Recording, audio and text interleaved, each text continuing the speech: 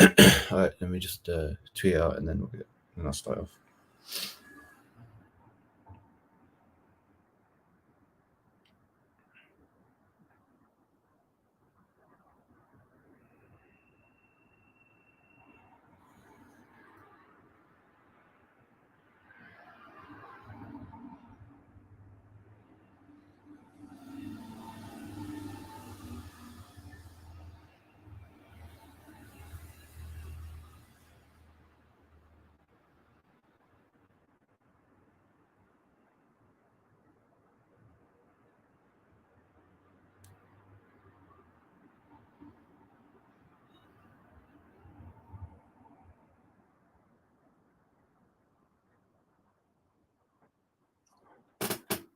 All right, cool.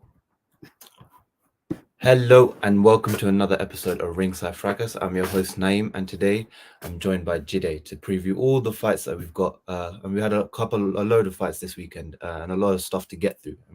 And we've been away for quite a while, so it's good to be back, and it's good to have Jide with me. Jide, how are you, bro? I'm good, bro. How are you? Good, good. It's been a long time, bro. We need to get back into this. We need to start loads of stuff to talk about in boxing that we need to cover. So Yeah, I know, man. This year we've got to be a lot more consistent. And I know we haven't been getting a lot of big fights, but we've still been getting a lot of fights. So there's a lot of fights to go over. And hopefully this year it finishes off quite strong. yeah, we got a lot. And this week we had a load of fights to cover because we've had Shakur Stevenson fighting Shuichiro Yoshino in his lightweight debut, and boy, what a fight we had that day on Saturday. Shakur stops him in 6 rounds, and I think for a lightweight debut, I was tweeting a lot about it, previewing it, and I said Yoshino is a good, decent pressure fighter, but he's very basic, and I think Shakur here would outclass him, outbox him. I needed to get a stoppage to make a statement, and guess what? That's what he did. Got the stoppage. Questionable, but we'll get into that. But yeah, he looked good for 135. He didn't look small. He looked strong, and um, yeah, what a division to start. What a division to get into, and what a way to start off your lightweight journey. And Jide, what do you think about his performance? And that performance was great. It looked good. It's not typical hallmarks of Shakur: sharp shooting, great counter punching, like the way he was pivoting, the way he basically maneuvered Yoshino in that fight just showed you that when it's all said and done, Shakur will be the best lightweight in the world. Like I'm that confident in his ability. In terms of skills, he's way better than like the only person I could say is maybe up there with him is like Pete Loma, but obviously Loma right now is getting older or whatnot. But in terms of like boxing skills and attributes, Shakur is very, very clear. I feel like it will be a problem for everyone, especially when if Haney moves up, he's just going to be a problem for that division. So yeah, man, it was a great performance. Again, the stoppage. I've just been having an issue with stoppages recently. That stoppage was awful. I feel like Aram and everyone involved just wanted to make it look better than it was and cop the night short. Obviously, Shakur dropped him, but the stoppage itself, the guy was not hurt at all.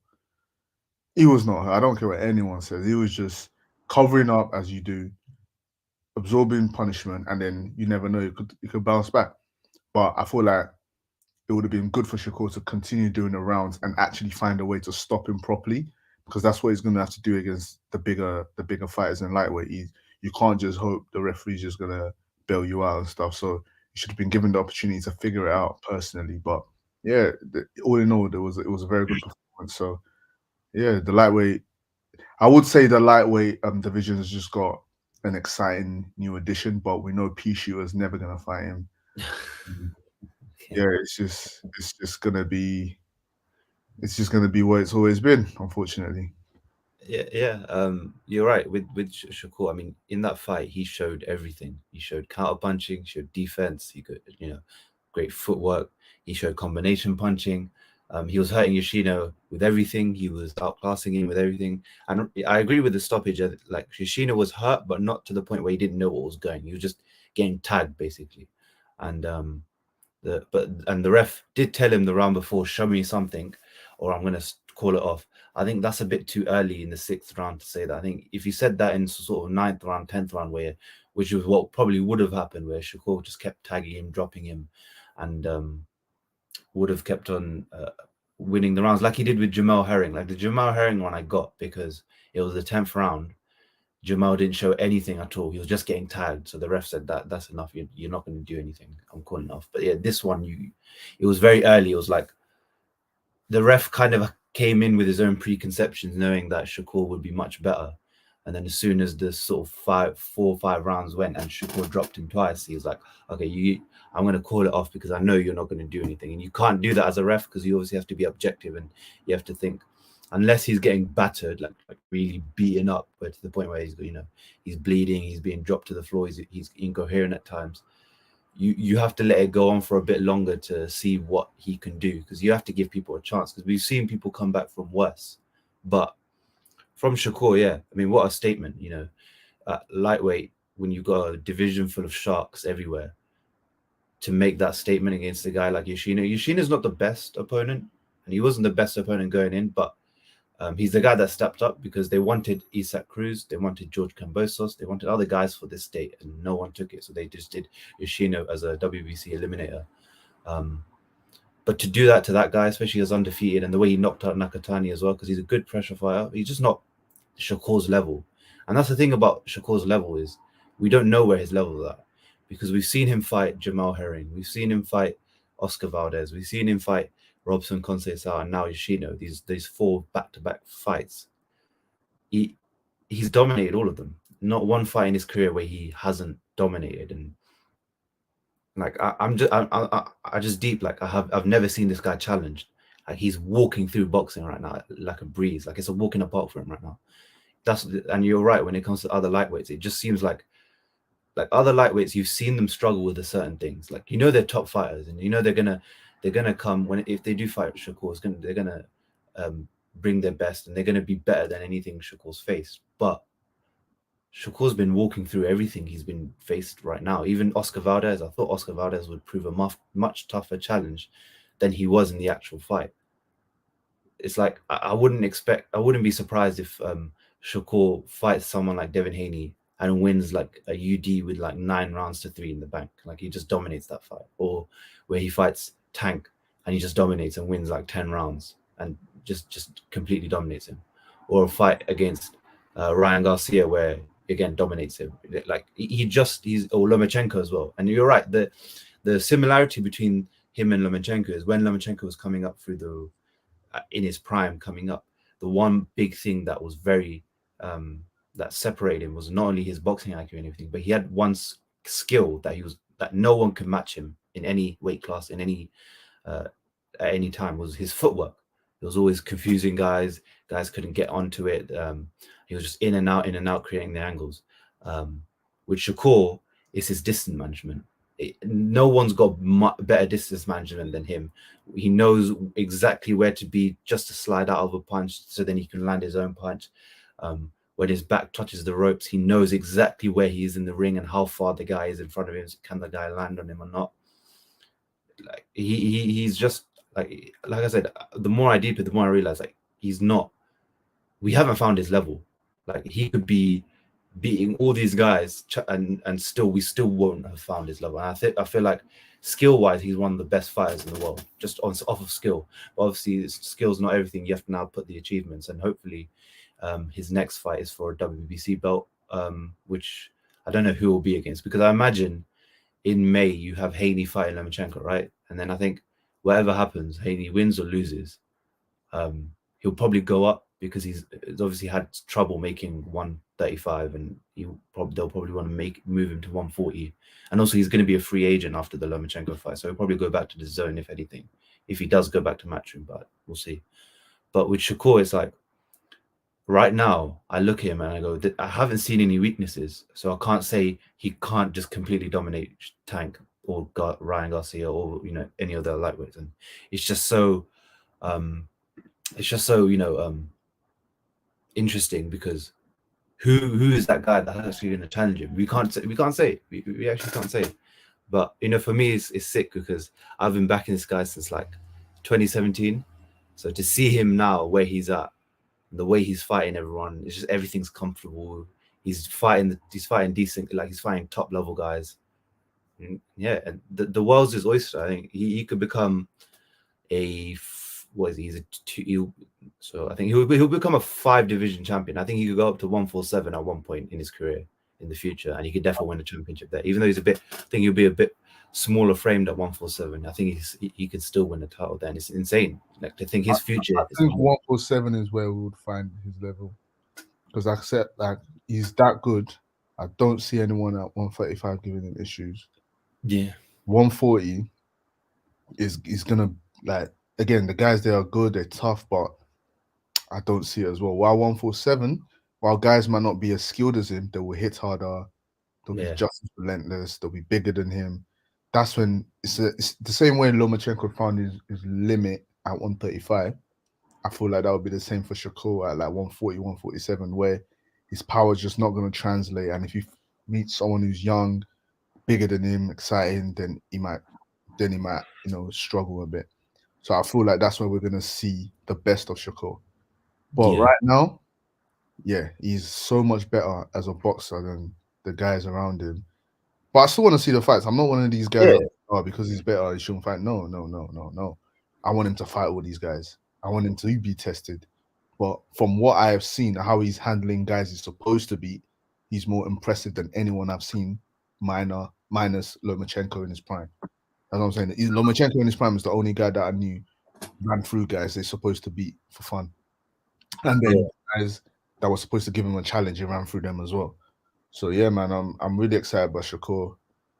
You were high on him. I liked him. I thought it was good, but after he cried when he lost his Olympic gold medal fight, I was like, this guy, man, I was his emotional management, but that's because he really, really wanted to win, and that's a good thing. Like Floyd has that as well. Obviously, Leroy was really high on him as well. I think Samson's super high on him. So yeah, we've been on this, guys. Like we know what he's capable of, and again, I'm just upset that boxing's the way the comedy is, because we won't see him beat the brakes out of P Shooter. We might not see him beat the brakes out of Ryan Garcia. These guys do not want to fight him. They just don't. He's the boogeyman, isn't it? Because he's not the power puncher boogeyman, like Beterbiev or something boogeyman, but he's the boogeyman because no one can figure him out and no one can get anywhere near him. Yeah, he will embarrass you. Yeah. And I feel like some guys losing by being embarrassed is worse than getting knocked out. But guys with certain egos that they think they're elite boxers. Like I can see Tank doesn't want to get knocked out, but if you completely embarrass Tank and remove the luster of the kind of boxer he is, I feel like that will really bruise his ego. Ryan Garcia as well. Ryan Garcia, I feel like, but both of them are the same kind of guys. That's why they fight each other. They don't want no challenges. They'll just money, or whatever, even though they're not really selling pay-per-views. But I'm just hope Shakur doesn't get blackballed. I hope he gets the title shot. So winner or loser of Haney Loma, I hope they're ready in a year to fight him, and we get the division cracking, man. In a year? But they should be ready by the end of this year. The reason why I say in a year is, you know how this game goes. Them two will fight.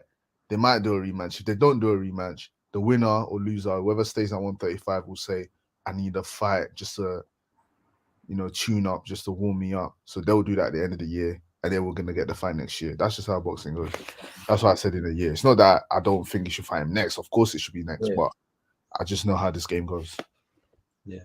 And that's the thing with the Shakur. It's sort of like, is Arum going to treat him like he treated Haney, where he's going to get him title shots and give him big fights? Or is Arum going to treat him like he treats Beterbiev, where he's got a really good, he's got a brilliant boxer ahead of him, but because he doesn't sell as much tickets as he wants, he just kind of doesn't really push the big fights with him. Kind of pushes the titles onto him, but doesn't really push the big fights. So we'll see. But I think with Top Rank he'll be fine, because there's so many guys that you can fight from Top Rank, and Bo Arum will definitely deliver him titles at lightweight, at super lightweight. I don't know about welterweight because PBC's got that locked up. But his future, like, there's more titles, and to think that he was a unified champion, 2-division champion. To add to that, we've got a potential Hall of Fame all-time great guy on our hand. Like, he could go down as all-time great and one of the best fighters of this generation as well. But there's early days, because we've still got to go through those trials of fire. So we'll see what his future holds, man. There's a lot. It's very bright. But also on the undercard, we had Keyshawn Davis on the undercard. I like what Top Rank are doing there. Right now, they've got Shakur Stevenson, Keyshawn Davis, and Jared Anderson, and they're kind of pushing them on the same cards. So they'll put Shakur as the headline and these lot underneath it. It's a good thing to put them together because I think those three fighters are going to become world champions and they're going to headline their own thing. So to put them together right now, people get to see them more, build that bond between them, and then you see like they could co-main each other's fights even if they're fighting for titles, and it'll be good, and it's a good thing. And they're all really good talents. I mean, Keyshawn, he fought Anthony Yigit, and Anthony Yigit's only lost to Rolando Romero in a knockout, and Ivan Baranchyk for the IBF super lightweight title. So fighting someone like Yigit, who's as experienced as he is, in his I think it was his eighth pro fight. I mean, that's a big step up in competition and experience. And he looked in there, like the one comparison we've made with Keyshawn is he looks like an early Terence Crawford, like the way Terence Crawford fights, but an orthodox version of him. He genuinely looks like that, and he was just hurting Yigit, got him with a sickening body shot that like really sat him down. I mean, like when you hear it on the replay. It was so hard to watch, hear as well. So and the way he fights, he's just like, again, like sort of Shakur, hasn't found his level yet. He's just like, they're stepping it up and he's just not there at his level, and just beating guys, looking the business. And and in the post-fight interview, called out Frank Martin because he wants that, not indirectly. He said the guy over the end of the street, but everyone knows he was talking about Frank Martin, and he wants that Frank Martin fight. And I think after that Yigit fight, I think that Frank Martin fight is going to be really good if they make that. But Frank and him are still on different levels because Frank's on a world level type of trajectory, and Keyshawn is getting there slowly. But to beat a guy like Anthony Yigit, the way he did, the way he dominated and put him down, boy, this guy's in the lightweight division as well. He's going to win a world title as well. Like, there's so many guys in there that can win world titles. It's insane, and Keyshawn is just another addition to that. So, what do you think of Keyshawn Davis in general? Yeah, I think he's a brilliant fighter. When Eddie Hearn lost him, I knew he was fuming. Like, that level of talent, he is that good. I see your analysis when you say he's like a orthodox version of Terence. He's got the same spite as well. Like, once he sees you and he feels like he smells blood, he wants to take you out, and that can only be a good thing. I missed his fight because I caught up to the Shakur. I woke up for the Shakur fight, so I missed that fight with that. His last fight. I'm probably going to end up watching the full highlights after this, but I knew what was going to happen. I wasn't shocked at the result, and I like the trajectory he's going at. Him, Shakur, and Jared, as even Anderson. Like, I saw some highlights of the Anderson fight, and he's the next heavyweight for me as well. Like, all three guys, Top Rank, are so lucky. So lucky to have them on their books. I just need a situation where they maybe Top Rank gets the next best rivals on their books as well, so we can actually get these fights happening. Because the only thing that's going to stop, when you're this good, when you're as good as Keyshawn Davis, as Jared Anderson, and as Shakur Stevenson, the only issue you're going to have is getting fights. Because as we know, boxing's popularity is dwindling every year. So it's getting harder and harder to sell pay-per-views for a multitude of reasons. What incentive will your next rival, who's maybe just as popular as you, what would be the incentive of him fighting you if he's with another network? So they're gonna make these fights difficult. And I don't like we have these brilliant boxers that we're not gonna get them and see them in big fights. But honestly, let me take away the negativity. Keyshawn is amazing, man. He's a top fighter, and I'll be following him in Shakur's career, and they're the next ones for me, man. And even I would like to see them fight eventually. So, I doubt that happens. I think one of them will eventually move up. I know, but listen, you never know, man. But yeah, something could happen, and then over time in life, and then they just end up fighting. But yeah. And you're right with Jared Anderson as well. The only thing with Jared Anderson is I want to see him in with a proper heavyweight name, like a guy we've known who's either fought for a world title or been there. Because I'll be real, the way he fights, you see Daniel Dubois, he'd beat up Daniel Dubois easily. Like, he'd beat him up. Like, Daniel's too static. He's one of those big heavyweights that can hit hard, but he's too slow, not quick enough. And Anderson's proper talented, but he's also got that volume that not a lot of heavyweights have. He could definitely, and he's very quick. Definitely could walk down and just beat up Daniel Dubois, but he just needs that name. I feel like they should try get him a guy like Takam, because at least you saw Takam with Tony Yoka. Like, he'll come out there and try to knock you out. He's not there to sit down and take a loss. Or a guy like Otto Wallin, like that's a guy, because you could say, oh look, Fury, got won but looked like crap. I beat him up. So look, or a guy like Joseph Parker, even. Like, I want to see him now just in with a name that will really announce him on the world scene, because he's just lacking that name. But out of heavyweight prospects, he's probably the one that you'd bank on to win a world title. So yeah, that guy's got a bright future, man. He just needs that big name on his record, man. And I think Top Rank are purposely holding him back because obviously they've got Tyson Fury, so they're thinking, look at the heavyweight champions right now. They'll probably be gone in the next 2 years. Instead of putting Jared Anderson as a top 5 contender and forcing the issue, let's wait for Usyk and Fury to get out of here, because I can't lie to you, them two will beat him. Yeah, right now, yeah, they'll beat him, but it's the development. But you need a big name. And of course, I agree with you. Even if it's a Takam, that's obviously that'll get him towards the top 10. But yeah, he needs like a Takam, like I said, those type of fringe world level names, the bottom top 10, just in the top 15 type names, where you're kind of making movements now. You need momentum, and you're not going to get them with George Arias's or stuff like that. You need guys that have been in there with world champions, and that'll be big experience for him, because fighting a guy that's been in there with a world champion will kind of show you where you're at in terms of level wise and what you need to do and what you don't need to do. So for him, I feel like in the next, like by 2024, we should be able to see him at least fight a top 5 guy by then.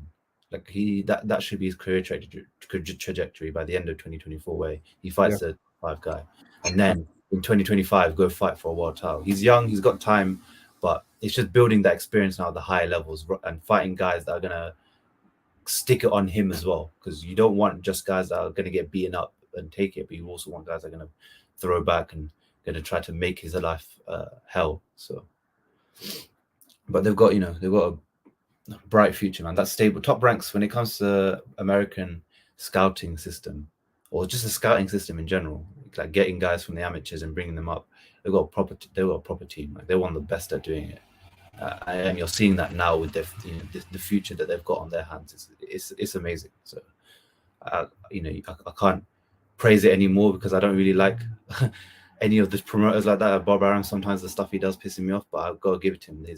Whoever's there that is scouting this talent, they've got an eye for talent, man. They've really got a good roster on their thing, and their future is really set. And speaking of future, Bam Rodriguez became a 2-division world champion on Saturday when he got a decision win over Christian Gonzalez to become the WBO flyweight flyweight champion. Sorry, it wasn't the greatest performance. He won, but the one thing that came out was that in the 6th round he did break his jaw. So then you understand why in the sort of the later rounds why he didn't look as amazing. And he was kind of chasing. He wasn't really pinning Christian down. He was getting hit a lot as well. But the guy's 23. He's a 2-division world champion. He's just fought in 4 back-to-back world title fights and won all of them, being some top names. And I'm quite impressed with where he's at right now. Like, because I said this guy's going to be a multi-weight world champion, and I still stand by it. I think he still will be. I think, but now for him, the next couple fights are going to be the biggest fights of his career. I think they're going to be even bigger than the Quadras fight and the Rungvisai fights that he fought at super flyweight. And he's in a good position because he's in Matchroom, and for some reason Matchroom has now just consolidated all of the super flyweights and flyweights now, because they've signed Sonny Edwards recently. They've got Julio Cesar Martinez. Now obviously they've got Bam. They've got all the super flyweights like Chocolatito, Estrada, so all the top ones that they need.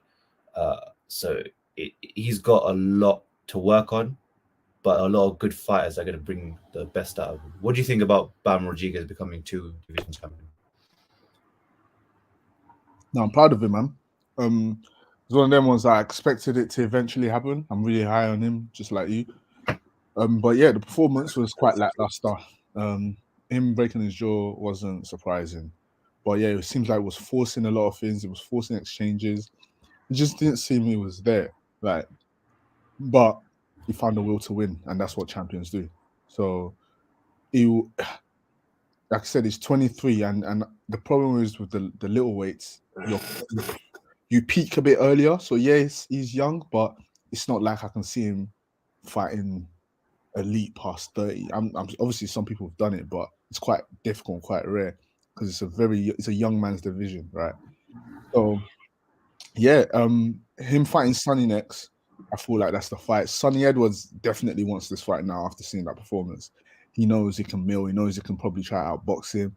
He knows now he's broke his jaw. There's a target there. Like, and Sonny Edwards is a very good boxer. No matter what people say about him, he's a very, very, very good boxer. So he probably sees things in Bam now that says, okay, cool. If I fight this certain way, I could probably eke out a decision over him. So if Bam wants that fight, he needs to work on pinning opponents down, not leaving himself so open to get a hit when he's trying to like force the action, and he needs to get better at pinning opponents because that's what he's going to need to do against Sonny. But yeah, I'm excited for that fight. I see Sonny trying to get that fight done in the UK because he can't fly over to America or something.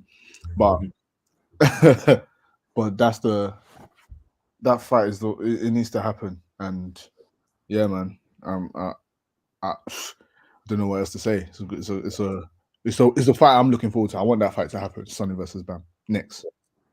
Yeah, I'm not gonna get into why he can't go to the US. That's his business. But yeah, it's a good fight. And I was surprised Matchroom signed Sonny Edwards. I didn't see that coming. And I said one of the issues with Sonny Edwards is really good fighter, but he's with the wrong promotions, and he has been for quite a while.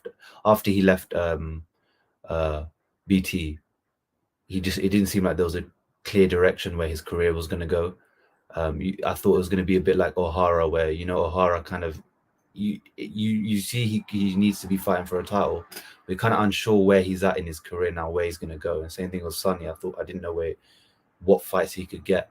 But now that he's with Matchroom, it makes the most sense because like I said, they've consolidated those flyweight divisions, and they'll put on the biggest fights because you don't need much money at the little weights to make those fights. Those fights, they've always been fighting each other. Everyone at the top of those weights has always been fighting each other because that's where the most money is for them. And it's not a lot of money.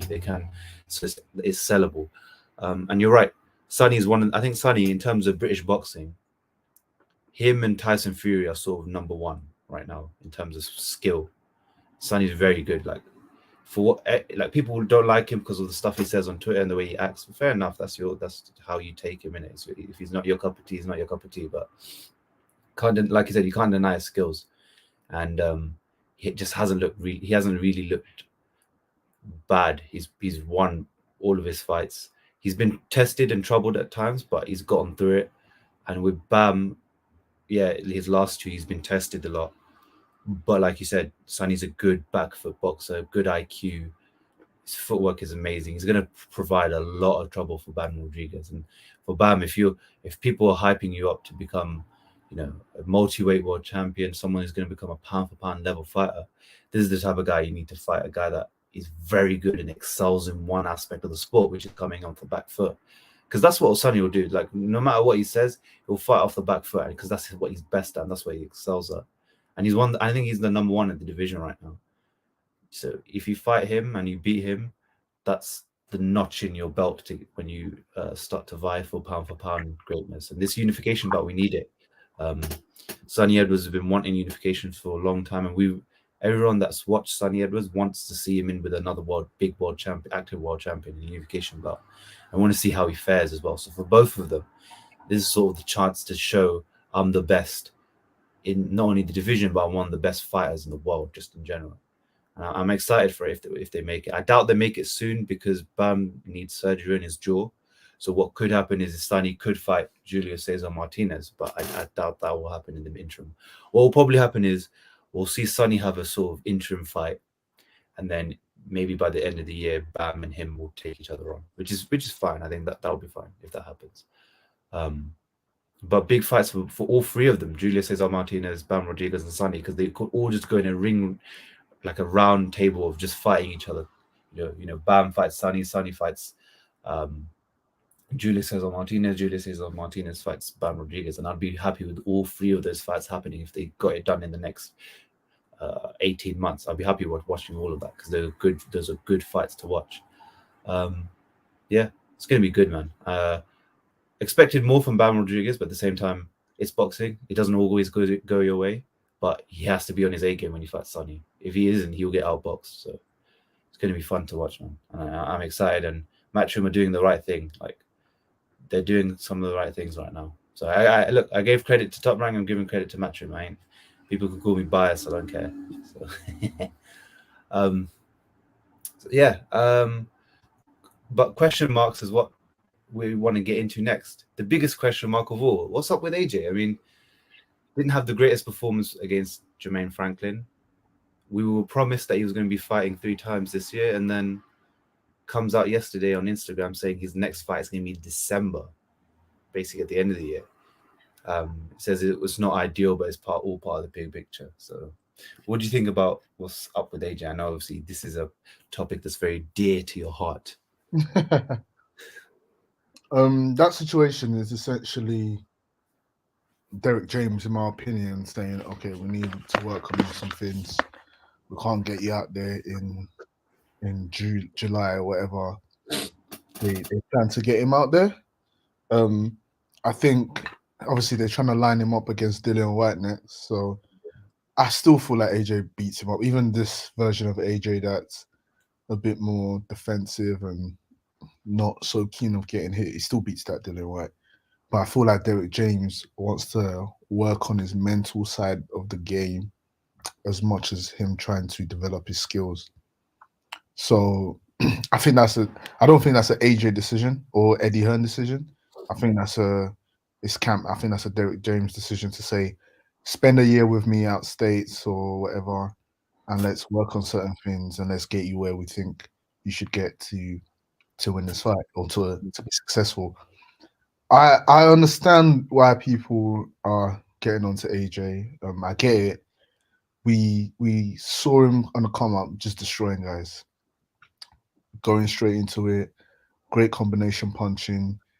Wasn't afraid of getting hit. As he was a great counter puncher. Like he used to put himself in dangerous positions where he can set traps. He was a top counter puncher. He was aggressive. Like everything we wanted from AJ was given to us, and then he got chinned by Ruiz, and it's like his confidence has just never got back to that level. I feel like the Usyk fight too, that was the best AJ since before Ruiz personally. Although he lost that fight, it's like he went crazy and just he tried his best, right? But I fully get why everyone feels the way they feel. But I just want to remind people that he has to change up his style. You can't expect him to fight the way he fights. Vladimir Klitschko, before he got chinned by Samuel Peters, was Anthony Joshua, was running through guys. He was running through guys, knocking them out for fun. He was way more athletic than them, faster, stronger. He was blasting through them. Then he got chinned by Samuel Peters, went to Manny Stewart, and everyone say Kronk style, Kronk style, Kronk style. There is no quote unquote Kronk style. All the Kronk gym teaches you is when you get someone hurt, finish them. That's literally it. Use your jab well, set up punches, and when you get someone hurt, finish them. That's what Manny Stewart is always teaching them. So Vladimir Klitschko adapted his style to be very jab heavy, keep his chin out of the path of danger. And yeah, it was boring, but it was effective. He's probably top 10 greatest heavyweights of all time because of that style. I'm not saying AJ is going to become Klitschko now, but if he's adapting his fighting style to be a bit more tepid, a bit more calculated, because he's got a good boxing mind, and unleash the power when he sees he gets you hurt, we're gonna have to accept that he's not gonna be the AJ of old where he's running through guys. My issue with AJ right now is because he's so averse to getting hit. He doesn't follow through his punches. So, for example, when he was fighting Franklin, there were times where he hit him with a two-piece combination, and you can see it's like arm punches. He's not committing to those. When the old AJ would have just that right hand would have just sent Franklin to the ground. That is where my issue is, and I feel like that's where Derek James wants to fix in AJ, wants to get there, wants to take him away and build that confidence up. Like this weekend, this is not boxing, this is MMA, but Israel Adesanya, he fought a guy that's knocked him out twice. But some people are just mentally different. And throughout the fight week, he's saying, listen, it's not going to go long. I'm going to stop him. No one was believing him. I didn't believe him. I didn't think Israel was going to stop Pereira. I didn't think he was going to go. I thought he was going to go 5 rounds. I didn't see it. But some people are just mentally different, and he stopped this guy in the second round. I feel like that's where people want AJ to be. They want AJ to have that type of mentality. But you have to understand, AJ is just not. It's just not built that way. He's a bit different. I'm not saying it makes him worse or makes him less of a fighter, but you have to understand that certain guys are just not.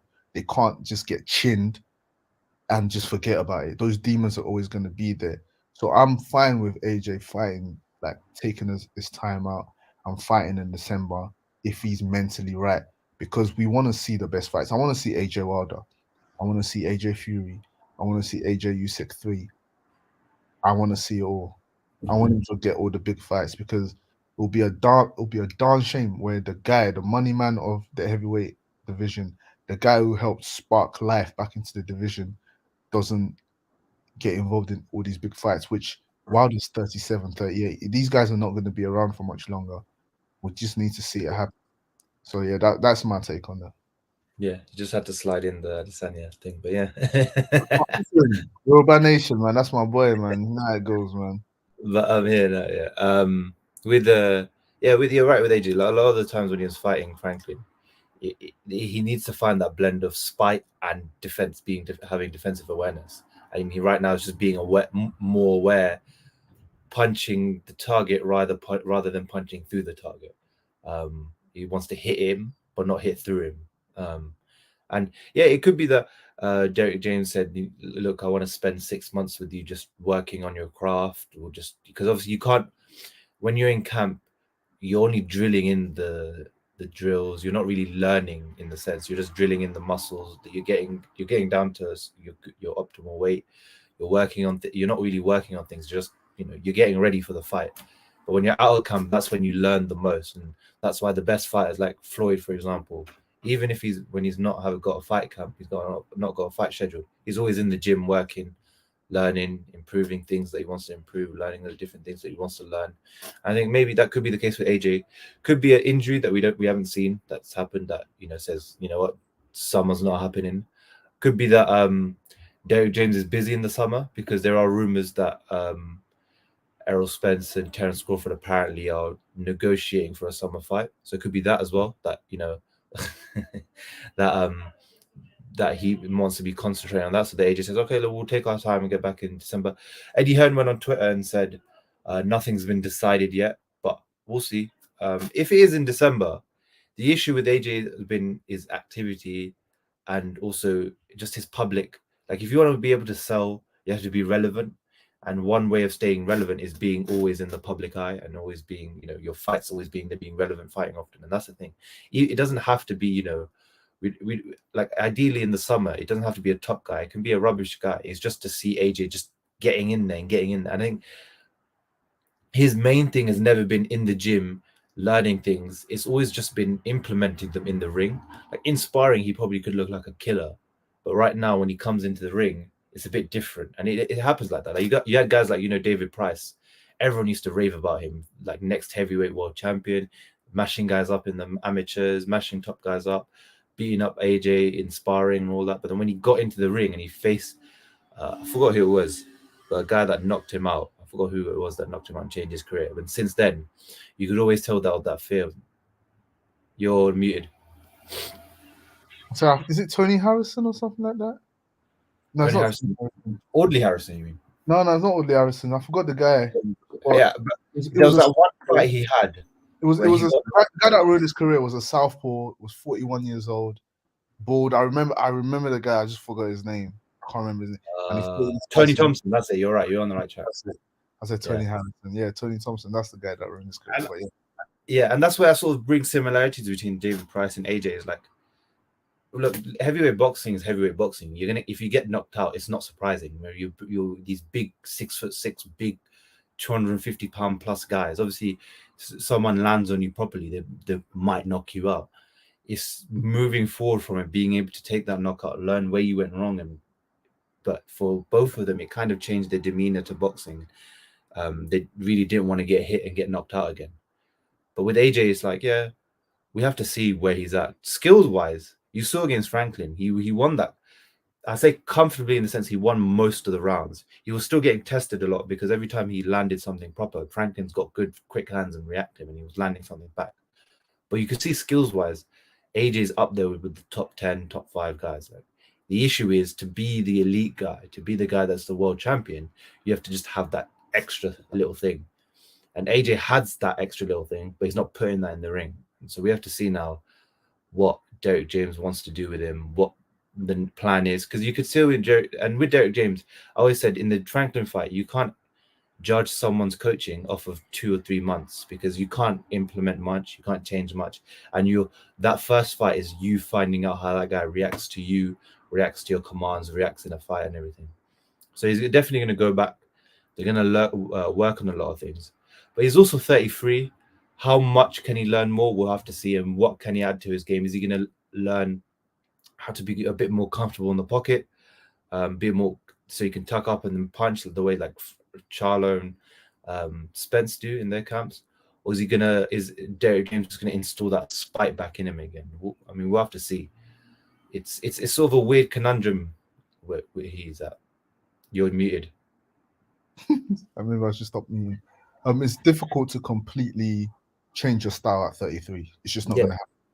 What he can do, like you said, he can add spite into his punches and add little wrinkles into his bow. Like AJ is good on the inside. He's not. He throws very good short punches. Yeah.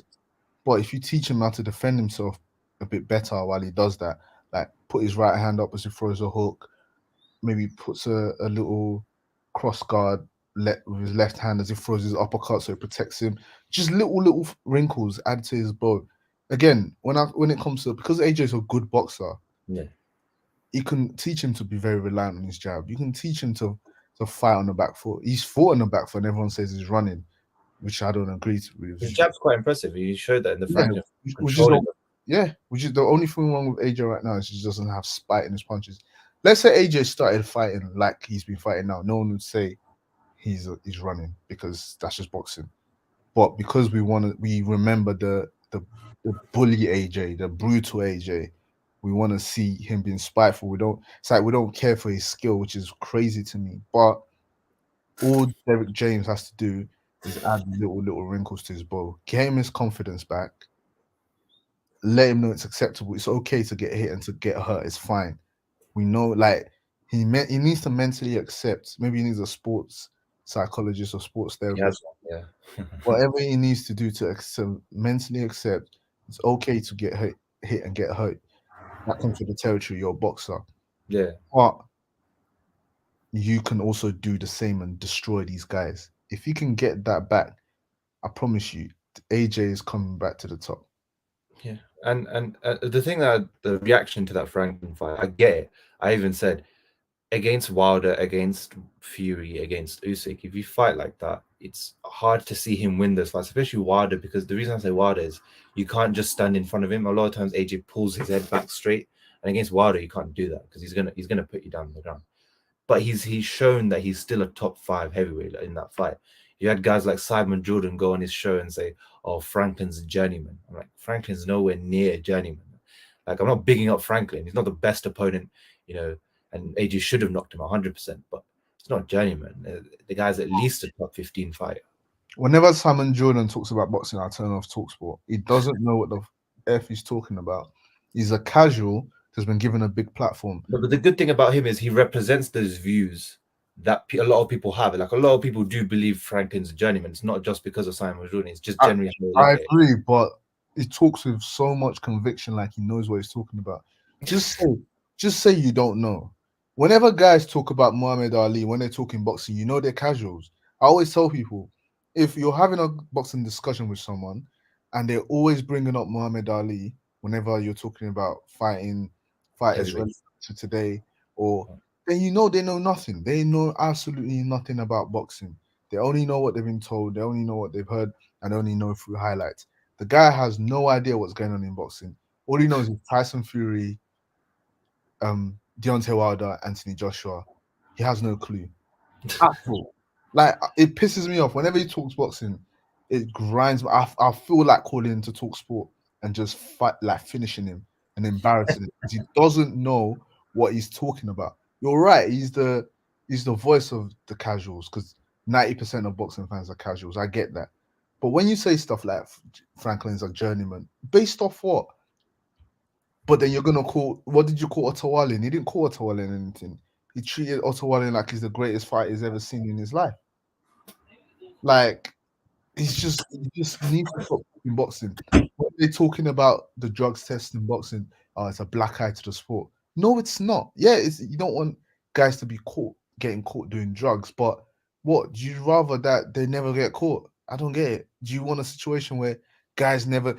But if people are naive enough to believe no one takes drugs in boxing, please, 95% of fighters do drugs. I'll tell you that now. Not And my guy. Not intentionally. Yeah, it's gone proven. It's gone proven. Amir Khan done drugs. He microdosed and he got caught. That's just it. All these guys microdose. Everyone understands this. Like, I'm a big AJ fan, but if someone comes and tells me AJ does drugs, I will not be shocked. Every fighter, every athlete, not even fighting, every sport, football, like all these Liverpool fans developing asthma. Yeah, right. All these guys in every elite sport that requires a lot of aerobic and anaerobic action use some form of performance enhancer. The Yeah. difference is not everything gets classified as a performance enhancer until they've been studied. So believing that all these boxes are all clean, you're crazy. Them getting caught, like the Conor Ben situation, just shows how shit UCAD is. For me, that's what that's showing. UCAD are terrible.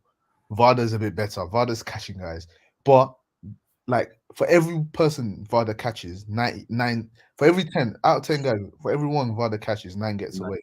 Okay. Yeah. That's literally how it goes. And UCAD is 10 times worse. No one gets caught. Or you get caught and they tell you a year later or whatever. So it's just I prefer that guys are getting caught. No one is out there saying, "No, it's a black eye for the sport." We have no other combat sports to watch. Yeah, we've got MMA, but guys are getting caught as well. No, It's almost it's bad to the sport when a big profile fight like the Conor Ben fight obviously got cancelled because of the failed drugs test. The issue is whenever guys talk about black eye to sport, there's so much stuff that I can get into about British boxing, about the integrity of it. Because everyone acts like boxing has integrity. It doesn't. But I'm not going to get into it because in case we have any future things coming on the sport, I don't want to ruin it for us. But I could get into so much like there's no integrity in the sport, and we need to stop like acting like this sport is so prestigious because in terms of if you compare it to all the other sports like football, whatever, in terms of integrity, boxing is like zero. Yeah. Like zero. If we get into it really, but I'm not going to get into it because just for future stuff for this platform. But yeah, that's the thing about the PED stuff is everyone. Yeah, we know that it's not a secret that everyone probably does it, and there's a lot of money going into making these drugs that can avoid these tests. But if you didn't get caught, you didn't get caught. That's it. If you're smart enough not to get caught, you're smart enough not to get caught. There's nothing anyone else can do. And if you get caught, you get caught. Yeah. And like you said, Simon Jordan has a lot of energy for the Eddie Hearn stuff and Conor Ben, which he should do because the way they lot handle is a bit weird as well, and what they're doing as well, not being transparent with the board and everything. He doesn't talk about Tyson Fury. Or not from what I've seen, because Tyson Fury. He's a Fury fanboy. He's a Frank Warren fanboy. He said himself, and which I do respect. He says he's very partial towards Ben Shalom and Frank Warren. He likes them. Ben Shalom's funny because he's been enjoying the whole Conor Ben Eddie Hearn stuff. I didn't know. No, he's got the feeling. That's what I'm saying. Boxing swings and roundabouts. It comes back to you. But yeah, he's come out and said he likes Ben Shalom. He likes Frank Warren. He doesn't really like Eddie Hearn because he's a bit like him. Whatever shit excuse he has, he just doesn't like Matchroom. The thing is, like Frank Warren has said, the UK has been split between Matchroom and Queensbury, Fury and AJ. It got split, and Simon Jordan is very, very hard in a Fury camp. And because of that, anything a Matchroom or Eddie, anything involved with them, he's going to be very hard. While anything involving Fury and Warren, he's going to be soft. Yeah, he tried to call out Tyson Fury, but he done it very softly. When he's talking about the drugs with Zeleny Tete, he never brings that up. He never brings up that situation. And Frank Warren came up with some crap excuse trying to defend that situation. He never scrutinized it. He says he has discussion off air with Frank Warren regarding all these drugs. And that just shows you got a bias here and you're trying to do your job, but you have a bias. And when you have a bias, it's hard for you. It's hard for me without saying you have a bias. Like if you come out and say, I have a bias, which is why I said I respect him when he came out and said, I like Ben Shalom and I like Frank Warren and I don't really like Eddie Hearn. I already know, okay, cool. This is your angle. But when you try to make yourself seem like the arbitrator of truth and the Mr. Impartial, but you're not as impartial as you go, you're not scrutinizing the same exact situation with your favorite promoter as you do with the guy you don't like. I just can't take what you're saying serious when in regards to boxing. And I can't take you serious talking about skills, talking about who's ranked where or here, when all you know is Fury, Wilder, AJ. You didn't know who Usyk was till Usyk fought AJ. You didn't know anyone. He probably doesn't even know who Keyshawn Davis. He probably doesn't know Shakur Stevenson. He might know. Let me give him a bit of credit. He might know Terence Crawford and Sean Errol Spence. He might know them. Maybe. But all he knows is the guys I've named. Like, don't talk boxing. If you're gonna I want boxing to be mainstream again. So yes, they should talk it, but don't talk boxing the way you talk boxing. Leave it to people like Adi Aledipo. Leave it to people who actually love the sport. Don't be the guy to talk like you know what you're talking about. I know this segment was about AJ, but I'll be listening. I'm thinking, what the hell? Like, it's just that I have shame. I don't want to call in, and they're not gonna let me talk and rant the way I want to rant. Like, I will cook him. Like, I wish I was sitting right in front of him to cook him when it comes to boxing, because I will cook him. He knows nothing. But yeah, let's go. And speaking of the heavyweights, and that was a good rant, so thanks for that. Speaking of the heavyweights, got Joe Joyce fighting Zhile Zhang this Saturday. The Copper Box. I think that's a good fight, and the card's not bad itself. You've got Denzel Bentley defending his British title against Kieran Smith. Big up Denzel, that guy. I think he's fought like 4 times in the last 12 months or something. Like he's been really active. Like he fought for a world title, and now he's fighting again. So Denzel came on this pod and said he old school. He wants to fight. He doesn't understand how guys don't want to fight, win or lose. He just wants to fight, and he's proven it. The guy fights whoever they put in front of him. He doesn't say no. He doesn't try and do that nonsense or I need another 5% or no. He doesn't play that game.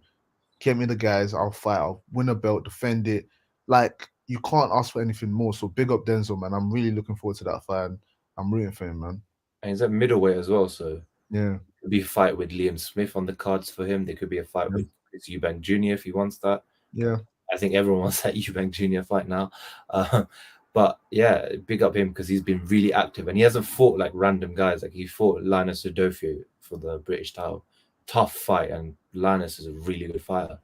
And he won that fight. Then he fought Marcus Morrison, former Eubank Jr. fighter, and he knocked him out. Really looked good. And then he fought Janibek for the world title when he didn't need to, but it was because Hamza Shiraz turned down the world title. So then they came to him and said, look, no one's fighting Janibek. No one's taking it on. Do you want that fight because you're in the rankings? So like, yeah, cool. I'll take it. If no one's else taking it, I'm taking it.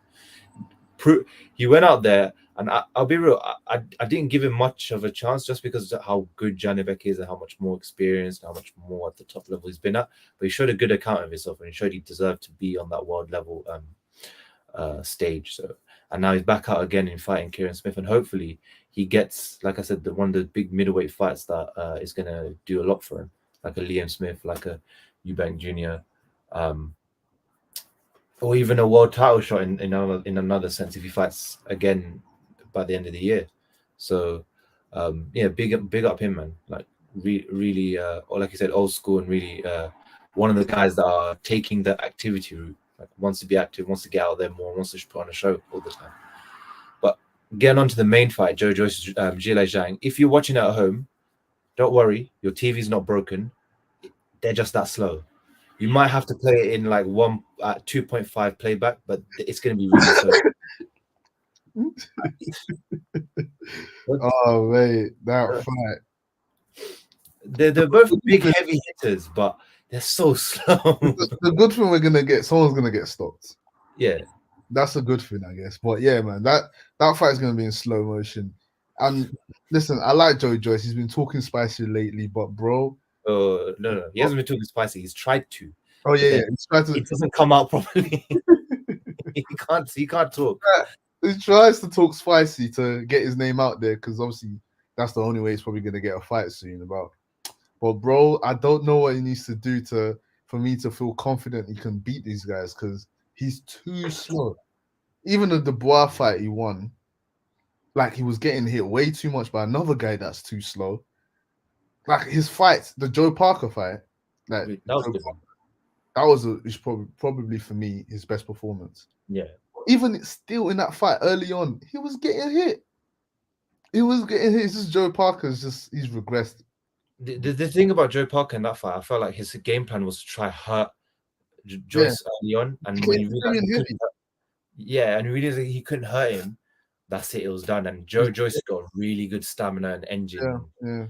Just stuck it on him afterwards. Yeah. So I just look at Joe Joyce and think, bro, you cannot fuck with Usyk at all. You cannot beat Fury. He's just gonna. So that would be probably Tyson Fury's one of his easiest fights because you move like molasses. You will see all your punches coming. You won't try with you. Probably just like it will just be a dead fight. AJ can outbox you. You probably have a better chance there. And Wilder's gonna tee off on you. And I want to see that fight because I want to see if you can take the punch. If you can take the punch, then yeah, you probably can beat Wilder.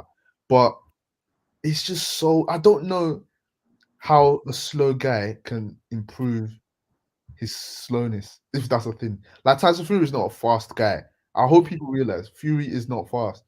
Fury throws a lot of arm punches because he's slow. If you look at Fury before when he used to put spite in his punches and load up and actually like before he started throwing arm punches, he was terribly slow. But then when he realized, hey, I'm a bit too slow, let me get to the target. He throws arm punches, leans on you. Then when you're tired, holds you, and then throws the hard shots, the uppercuts, the hooks. Like look at he knocked out White. White was shattered, put his hand on his head, and load up that uppercut. That's how Tyson Fury stops guys. Wilder, when he stops Wilder was shattered, leans on him, puts his body on him, then throws the hard, heavy shots. But when Fury is at a distance, he throws arm punches because arm punches can get to the destination a bit quicker. They might not have spite on them, but they get to the destination a bit quicker, and then he knows he's a big man, he can lean on you. That's Fury. That's why Fury, for me, Fury is one of the most intelligent heavyweights I have ever seen. I might not like the guy. I think he's a charlatan, he's nasty, but when it comes to boxing IQ, Fury is very, very clear. That is one thing. Like skills-wise, Fury can dance with any heavyweight ever. The issue is his legacy is not what he tries to make it out and what his fanboys try to make it out. But yeah, his boxing IQ is so clear. He knows he's not quick. He knows now he's not fleet-footed, but he's adjusted his style so well that he's just as effective as he was when he was a bit more fleet-footed as he is now. That is the kind of guy that I feel like Joe Joyce isn't. Joe Joyce doesn't have that boxing IQ to see his weaknesses and hide it completely. Right now, he's hiding his weaknesses with his chin, and that's crazy. So yeah, it's going to be a great fight with Zhang. It's going to be a great fight. Someone's getting stopped, but it will be in slow motion. Yeah, and the good thing about Zhang is I thought he beat Hrgovic on the Usyk AJ undercard. I thought he got screwed out of a decision there, but you know, boxing's done him well, and he's got a big fight here with Joe Joyce now. They've rewarded him that, and I feel like Joyce's chin is good. I feel like this could look. My prediction will be Joyce will get the stoppage, but I just have that feeling it could be where Zhang, because he can hit hard. If you imagine he lands that one bang that for some reason just switches off Joe's lights. Do you know how big that moment would be? Joe Joyce, the guy that's been relying on his chin to help him get through the punches, and just gets hit with that one bang from Zhang that comes out of nowhere and just drops him, and his chin resistance is gone. Like, I feel like that could happen out of nowhere. Um, but yeah, and with Zhang, I think he's gonna tag Joyce a lot.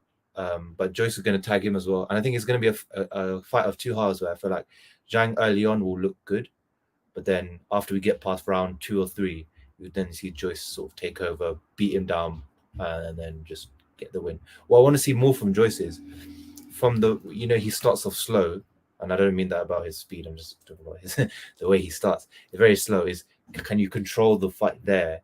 Learn a bit more about your opponent and keep yourself out of danger more. Because the one fight I didn't like from him, when he fought Christian Hammer, he made Hammer look like a Ferrari with his punches. Like he was so quick and it was just tagging him compared to Joyce. I was thinking, how does a guy like Hammer look quick against you? Like, how does he look quick? He's a slob.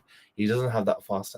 His hands aren't that fast. Like, imagine fighting like a Ruiz. Ruiz would give him a lot of trouble early on because of the hand speed. He's just later on, Ruiz is not got good conditioning. You just get battered. But yeah, I want to see like Jojo continue to make the improvements that he made in the Parker fight, and then I think I give him more of a chance of winning the world title shots. Because if he makes more improvements, he will be a real trouble. Because no one, like the only guy that's got the same engine that he has is probably Usyk. Like they're the two guys that I can bank on going to the earlier eras and actually fighting 15 rounds comfortably. Like they can do that. But the thing about Joyce is he can lose a fight on points because like if he fights Usyk, for example, Usyk's engine won't let him down. So he'll win the fight. Even if he banks 10 rounds, he'll win the fight, and Jojo's just won't be able to close that gap. So I want to see him be able to close that gap better, cut the ring off, and be the destructive guy that he is. He's the juggernaut, and obviously his record shows it. But against the elite guys, you might not show to be the juggernaut. So I want to see against Zhang, can you cut that distance off? Can you cut the ring off and just really pulverize him and brutal him? And you don't have to rely on him getting tired, but it's not because he's getting tired just naturally because he fought hard and he couldn't continue it. There's more your front foot pressure made him tired. Your punches are the thing that made him tired. So it's gonna be a good fight. Yeah, very slow to watch though. Like, when they do it in slow motion, do you feel like it takes like probably like a whole round? You're on mute. That's normal speed, man. Whenever they do slow motion, Joe Joyce and it's normal speed. They're just tricking us. Whenever they show his fight, them man fight, they're at 1.5. So we're used to the 1.5 speed. Then they show the normal speed and say slow mo highlights. Some guys are just they're literally the slowest heavyweights I have ever seen. It is crazy how slow they are. But yeah, man. It's a good card as well. So if you're free on Saturday night, it's on BT Sport. Catch that fight. It's gonna be a good fight to watch. And I think, yeah, we'll end it there. We had a good rounded discussion of all the fights. It was a good discussion. Hopefully, we can do it every week. We got thing next week. Tank and PCR. So of course we're doing it. But yeah, I'm making it a thing where I'm gonna be available every week for the rest of the boxing year. So it's not going to be periodic with me anymore. Just had a lot of stuff going on in the background. Yeah, of course. Why I couldn't be as often as I wanted. But now, yeah, I'm making sure I'm there every week. So tune in. We need to get Ringside out there. Ringside is true, authentic boxing discussion, not that crap you see on TalkSport. Proper things. All right? Yeah.